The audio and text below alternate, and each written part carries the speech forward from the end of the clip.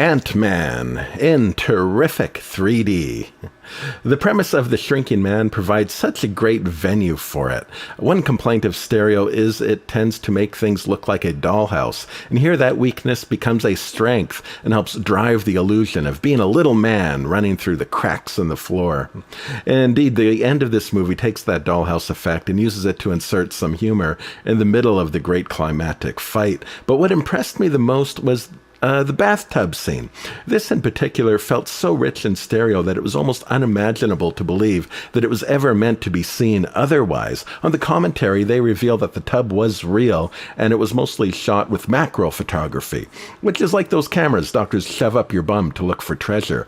The fisheye lens also contributes to the uniqueness of the movie, or the moment. What makes movies special is seeing things that I don't normally see, and what I don't normally see is stereo in 180 degrees like a bird or a fish might. It really drove home the I'm not in Kansas anymore feeling of that scene. Now, when we are small, I wondered if they actually expanded the stereo because everything did feel bigger. Or was it that Ant-Man was usually crawling around in small spaces, so the closed-in area gave the stereo lots to work with? 3D does love tight space. They also have these neat camera pulls from small to large perspectives, and all while adjusting the depth. Amazing moments. And when we do reach life size, we still get extremely deep stereo.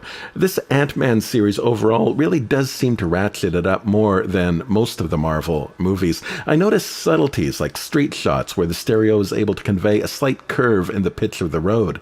And such detail is done so consistently, I wondered, is this from artist experience or is it an improved computer algorithm? And there are so many great examples of windows having these realistic reflections with no obvious distortions. And the mirror shots always seem to have a little dirt on that mirror, especially around the frames, which brings it alive as a thing in itself, and it keeps it from looking just like a hole in the wall. Now imagine being the guy assigned to convert this shot. Look at all the detail that goes into converting a fence, and they pull it off perfectly, so natural looking, and it flows right by without drawing any attention to itself. But when you do pause it, and I did that to compare it to the original, a number of interesting things pop up. Mainly, why did they decapitate this prisoner? Did he make someone on the conversion crew mad? Did they take their revenge? There's also a few other interesting things. They resized things and brought out some details in the car. Here in another scene, notice, I wonder what they had against the cyclist to erase his starring moment. And also they kind of changed the disposition of this guy walking down the street, which is just odd. Not sure what purpose that had. And there's a few other things over at the ice cream shop. They cut off this little girl's ponytail. Such monsters. And here, it's just a few frames, but they really crudely hacked off his hand. Now, kidding aside, I loved how they brightened up the 3D version of the movie. It's one of the rare times where I actually prefer the color treatment of the 3D version over the rather dim 2D version. Sadly, many of the recent releases are just the opposite.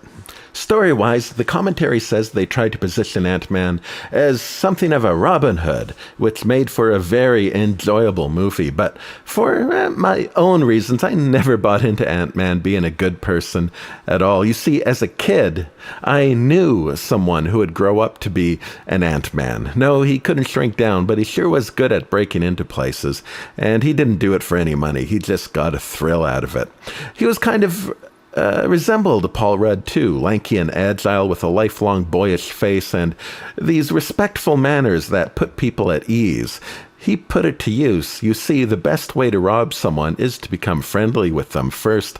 There's a deleted scene on the Blu-ray where he visits the Michael Douglas character before he tries to break into his house, which rang very true with what the real-life Ant-Man I know tended to do.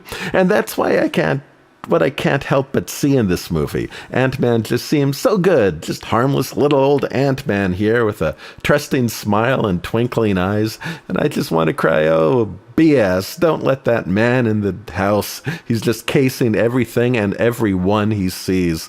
This is all going to end in tears. But It's not the real world, and we can be safe to believe the best in people here, which feels good, and is kind of a shame people prey on that instinct. And at the time, Ant-Man felt like a silly, comic relief episode in the Marvel Universe. Like its character, it felt small and insignificant to the big picture, yet it introduced the seeds of the multiverse, time travel, really the foundation of everything Marvel stands on in the present day. And next to Iron Man, this series may be the most important thread in this universe.